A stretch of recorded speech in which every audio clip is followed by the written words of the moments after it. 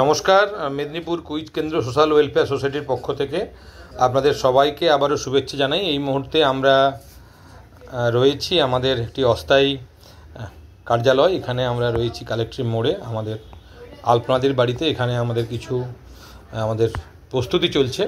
বাঁধনা পরব সামনে আসছে। আপনারা সবাই জানেন যে উৎসবের মরশুমে আমরা দুর্গাপূজার সময় দুটি জায়গাতে গিয়ে অনেক কোটি পরিবারের হাতে উৎসবের উপহার তুলে দিয়েছিলাম। পোশাক ছিল, তার মধ্যে শিক্ষা সামগ্রী ছিল, মশারি ছিল, আরও অনেক বিষয় ছিল, সেটা আপনারা অনেক জানেন। তারপরে মাঝে আমরা উত্তরবঙ্গে গিয়েছিলাম এই এক সপ্তাহখানেক আগে।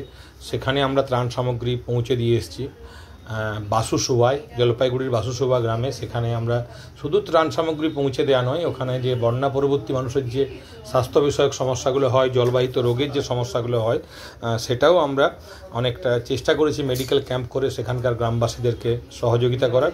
যাই হোক, আমরা আপনাদের ভালোবাসা নিয়ে আবার আমরা এই বাঁধনা পরবে আসছি।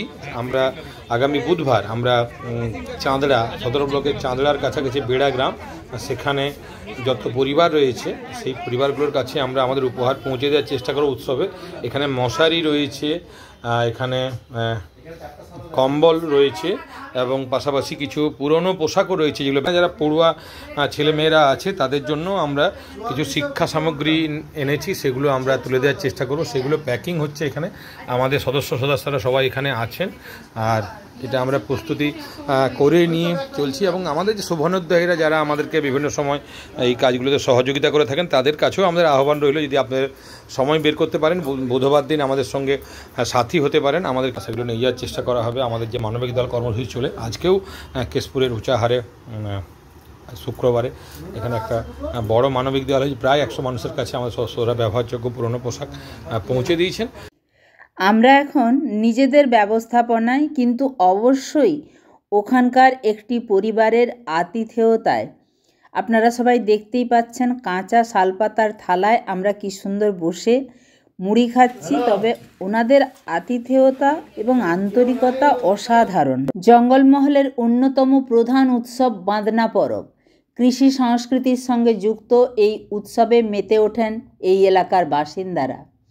এই বাঁধনা পরব উপলক্ষে এই এলাকার কিছু বাসিন্দাদের হাতে উৎসবের উপহার তুলে দিতে আমরা একেবারে সেই জায়গাটিতেই এসে পৌঁছেছি, যেখানে পাশেই রয়েছে মারাংবুরু ক্লাব। বাঁধনা পরবের শুভেচ্ছা, ভালোবাসা। এটা সুন্দরলাটা মৌজা। আমরা উপস্থিত হয়েছি মারাংবুরু ক্লাবের, সুন্দরলাটা মারাংবুরু ক্লাবের প্রাঙ্গণে। আমরা প্রত্যেকটা পরিবারকে আমরা আমাদের পক্ষ থেকে কিছু সামগ্রী তুলে দিতে চাই। সেই সামগ্রীগুলো আপনারা গ্রহণ করবেন। আপনারা এইগুলো গ্রহণ করবেন এবং আমাদের সাথে সহযোগিতার হাত বাড়িয়ে দেবেন। আজকে এই সুন্দরলাটা বেড়া গ্রামে আমরা এসেছি। এখানে বাঁধনা পরব উপলক্ষে আমাদের কিছু সামগ্রী আপনাদের হাতে পৌঁছে দেব।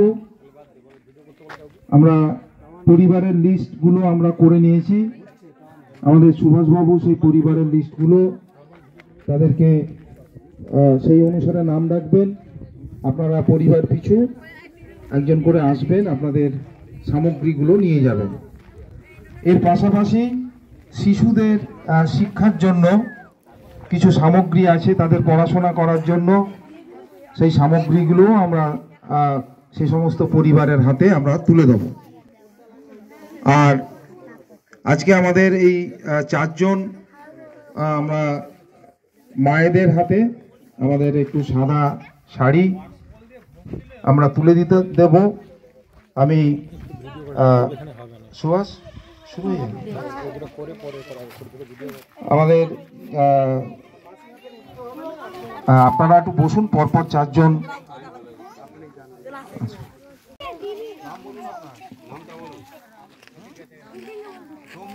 দমনি হেমব্রম। সবাই হাততালি দিয়ে আমরা খুব আনন্দিত। আজকে এরকম শুরু একটা দিনে আমরা মায়েদের কাছে পৌঁছেছি এবং আমাদের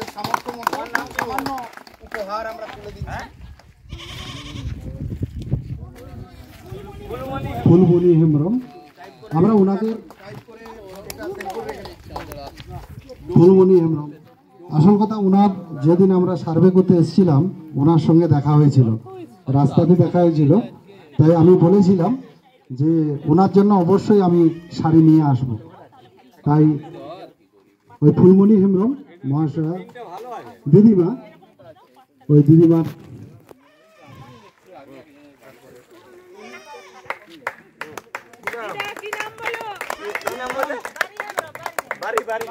বাড়ি হেমব্রম, বাড়ি হেমব্রম,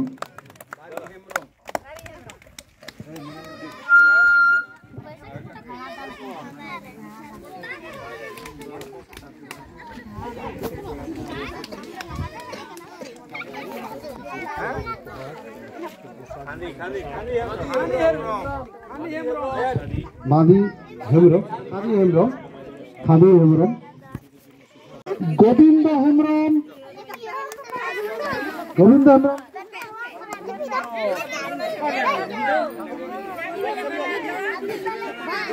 গোবিন্দ হেমব্রম,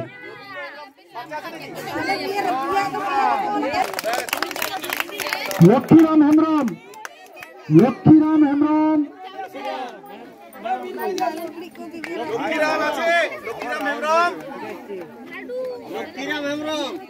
লক্ষ্মীরাম হেমব্রম।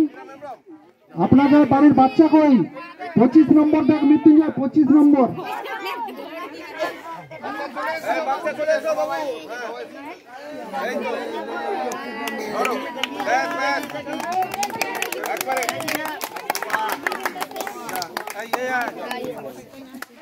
প্রবল হেমব্রম, প্রবল হেমব্রম,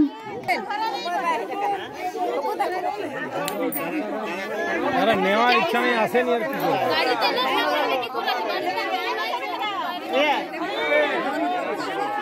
আরে একটা বাচ্চা কাচ্চা কাগজে পাঠাবে। মুর্মু ঘরে 4 জন পড়াশোনা করে, 4 জন, 56 নম্বর, 4 জন পড়াশোনা করে বাড়িতে। সুনীল মুর্মু, বাচ্চারা কোথায় গেলি? চলে চলে চলে, এই তো মানু না, আপনার বাচ্চাদেরকে নিন। মুর্মু, মোহন মুর্মু, মোহন মুর্মু 57 নম্বর,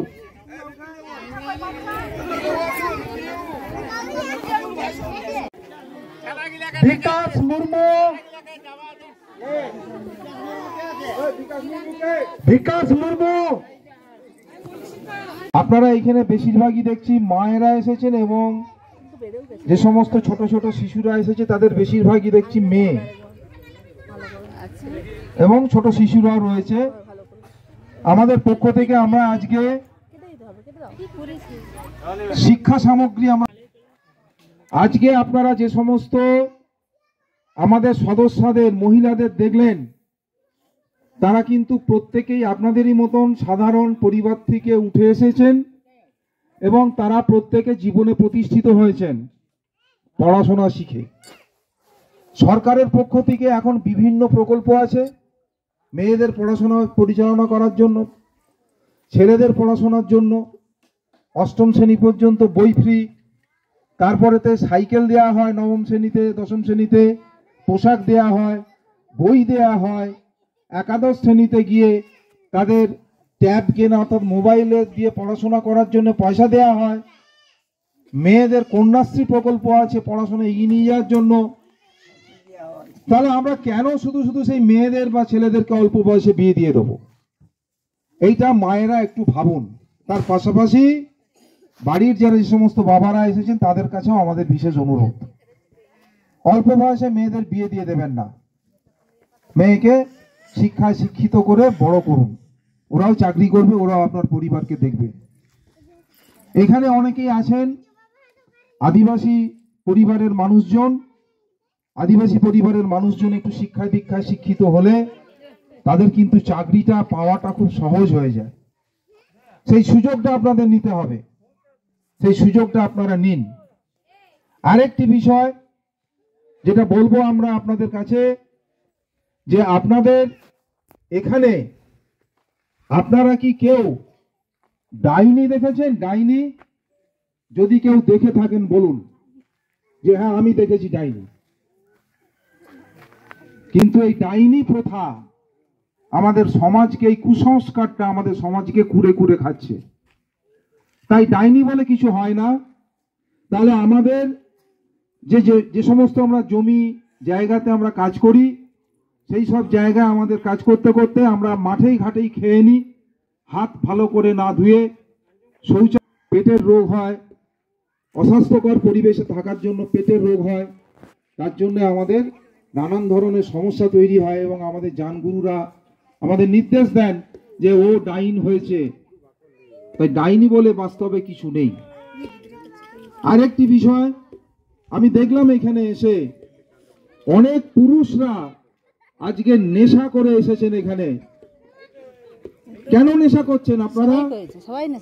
নেশা করছেন তো নিজেদের পয়সায় না, অন্য কেউ খাই দিচ্ছে আপনাদের। নিজেরা পরিশ্রম করে অর্থ উপার্জন করছেন আর সেই পয়সা দিয়ে নেশা করছেন কেন? না, কালী পুজোর পট্টন নয়, কোনো পুজোতেই নেশা হবে না। নেশাটা তো নিজের পয়সায় করছেন। তাহলে কালী পুজোতেও তো সেখানে কেউ লোকে পয়সা দিচ্ছে। তাহলে পয়সাটা কালী পুজো হোক, যেই পুজোই হোক, নেশাটা যে পয়সাটা খরচা করছেন সেটা সংসারের পিছনে খরচা করুন। ছেলে মেয়েদের জন্য, ছেলে মেয়েদের একটু ফল কিনে দিন, একটু দুধ কিনে দিন, সেই ছেলেদের একটু পুষ্টিকর খাবার দিন। এই ছেলে মেয়েগুলোর মুখ দেখলে কষ্ট হচ্ছে আমাদের। নেশা করে পয়সা নষ্ট করবেন না। সবারই ঘরের লোক নেশা করে। আর শেষ বিষয় যেটা বলবো সব বন্ধ। সেটা হচ্ছে এইখানে দেখলাম প্রচুর পরিমাণে বাঁশ গাছ আছে। বাঁশ গাছ কালী পূজা বলেই খেতে হবে আছে। হ্যাঁ, এই বাঁশ গাছ আছে, পোল্ট্রি আছে, গরুও আছে দেখলাম অনেক। তাই এইখানে কিন্তু বিষধর সাপের থাকার সম্ভাবনা খুব প্রবল। হাতি আছে। এই ব্যাপারে, এই সাপের ব্যাপারে আমাদের দু চার কথা আপনাদের সামনে বলবেন আমাদের সদস্য সম্মানীয় অরিন্দম দাস মহাশয়। অরিন্দম, স্বল্প কথা, দু চার কথা হাতি এবং সাপ নিয়ে দু চার কথা বলে দাও। সবাইকে বাঁধনা খুটানের শুভেচ্ছা। আমাকে হয়তো এখানে অনেকে আগে দেখেওছেন, আমি এখানে বহুবার আসি। মূলত হাতি এদিক ওদিক পারাপারের সময় আসতে হয়। আপনারা জানেন আজকেও একটা হাতির দল এদিকে রয়েছে, 13টা হাতি এখানে রয়েছে। বাকিগুলো পিচ পার হয়ে চলে গেছে। যেটা বলার, যেটা আমাদের করতে হবে সেটা, হাতি থাকবে, হাতির জঙ্গল থাকলে হাতি থাকবে, ফসল খাবে, তাড়াতে হবে, ওটা সব কমন ব্যাপার, ওটা থাকবেই। কারণ হাতিও আকাশে উড়ে এখান থেকে চলে যাবে না, আপনিও জমি জায়গা নিয়ে অন্য জায়গায় চলে যেতে পারবেন না, দুটোই থাকবে। আপনাকেও চাষাবাস করতে হবে, হাতিও আসবে, তাড়াতেও হবে, কিছু খাবে, থেকেও যাবে। কিন্তু যেটা সব থেকে কষ্টের হয় সেটা হচ্ছে আমাদের অনেকের প্রাণ চলে যায়। এই প্রাণ যাতে না চলে যায় সেই জন্য আমাদের সাবধান থাকতে হবে। সেই বিষয়েই আপনাদেরকে দু চার কথা বলব। প্রথম এবং প্রধান কারণ মারা যাওয়ার, দেখবেন যারা হাতির আক্রমণে মারা গেছে তাদের যদি 10 জন মারা গেছে তার মধ্যে 8 জনই হচ্ছে মদ্যপ অবস্থায়, মানে মাতাল অবস্থায়। তার দিশাই থাকে না যে হাতি তাকে তাড়া করতে পারে। মদ খাওয়া কেউ ছেড়ে দেবে না, এটাও ঠিক। মদ খাওয়া বন্ধ হয়ে যাবে হাতির ভয়ে, এমনটা নয়। আর যেটা বাস্তব কথা সেটা বাস্তব। কিন্তু বেশি পরিমাণে মদ খেয়ে হাতি দেখতে যাওয়া, এইটা প্রথম হচ্ছে, এইটা হচ্ছে প্রথম আপনাদেরকে সাবধান থাকতে হবে যে আমি যখন বেশি মদ খেয়ে নিব তখন আমি হাতির পিছনে ছুটব না। এইটা মাথায় রাখতে হবে। আর হাতি প্রচুর মানুষের ঘর ভেঙে দিয়েছে, এখানেও দেখেছি ওই দিকের গুলোতে প্রচুর মানুষের ঘরে আক্রমণ করে। হাতি কেন ঘরে আক্রমণ করে? দুটো কারণ। তার 1 নাম্বার কারণ হচ্ছে মদ হারিয়ার জন্য। সবাই জানেন, এখানে যারা আছেন সবাই জানেন, আপনারা জেনেও রাখেন। ঠিক তো? একদম ঠিক কথা তো। তাহলে আমাকে যদি হাতির থেকে রাতে বাঁচতে হয়, রাতেই হাতি ঘর ভাঙে, যদি হাতির থেকে বাঁচতে হয় তাহলে মদ হাড়িয়া বেশি পরিমাণে রাখা চলবে না। রাখা চলবে না আমি কিন্তু বলছি না, আদিবাসী বাড়িতে হাড়িয়া থাকবে না, এটা অসম্ভব। কারণ আমাদের কালচারের সঙ্গে, আমাদের সংস্কৃতির সঙ্গে হাড়িয়া জুড়ে আছে। ঠাকুর পূজা করতে গেলে আমাকে ওখানে হাড়িয়া দিতে হয়, বিয়ে বাড়ির জন্য আমাকে হাড়িয়া তৈরি করতে হয়, তাহলে হাড়িয়া থাকবেই। হ্যাঁ, হাড়িয়া তো থাকবেই, কিন্তু আমাকে এমন পরিমাণে রাখতে হবে যাতে তার উগ্র গন্ধ অনেক দূর পর্যন্ত না ছড়িয়ে পড়ে। বিশেষ করে যারা গুড়ের মদ রাখেন তাদের বলবো গুড়ের মদ বাড়িতে রাখবেন না, হাড়িয়া রাখুন। হাড়িয়ার গন্ধ বেশি দূর যায় না, কিন্তু ওই গুড়ের মদের গন্ধ বহুদূর যায়। আর সেই গুড়ের মদের লোভেই হাতি আসে, আপনার দেওয়াল ভাঙে, অ্যাসবেস্টস ভাঙে। সেটা কারণ হচ্ছে সেটা চাল বা ধান, তো সেটা খুব বেশি যে পরিমাণে হাতি তার জন্য অ্যাটাক করে সেটা কিন্তু নয়। আর রাতের অন্ধকারে লোককে হাতি মেরে ঘরের মধ্যে মেরে চলে গেছে এমন ঘটনা এই তল্লাটে কোথাও নেই। হাতি খাবার তরে আছে।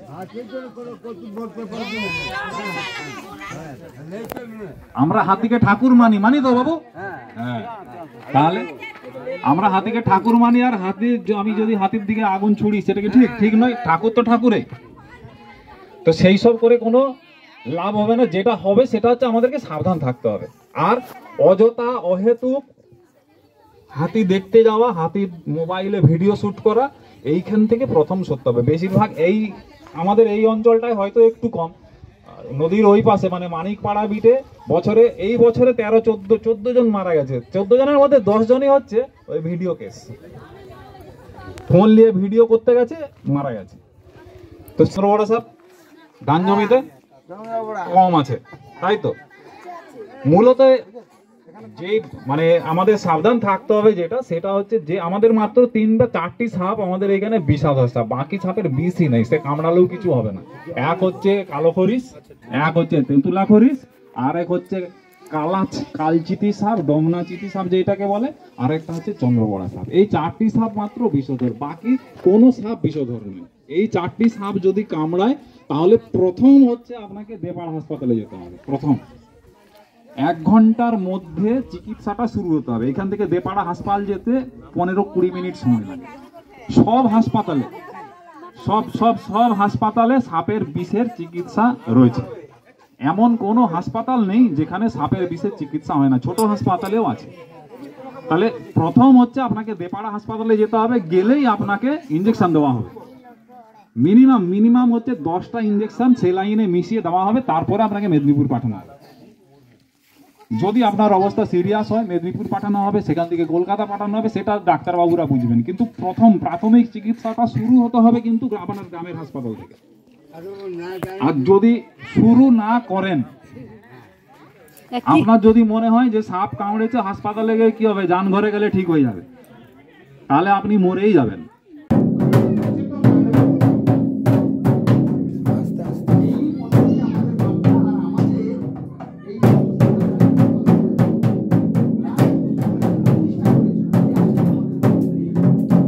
আর বিশেষ করে আমাদের এখানে হাতি, সাপ, এই যে আমরা তো বাস করি জঙ্গলে, এই জঙ্গলে সব কিছু আছে, কিন্তু আমরা সবাইকে মিলেমিশে থাকতে হবে।